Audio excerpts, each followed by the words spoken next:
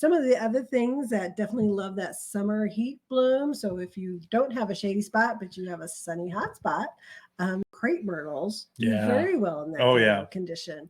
And we have a lot of really cool crepe myrtles. We have a Centennial Spirit, which is kind of a dark pink one, really pretty. It almost has like a little ruffly bloom to it.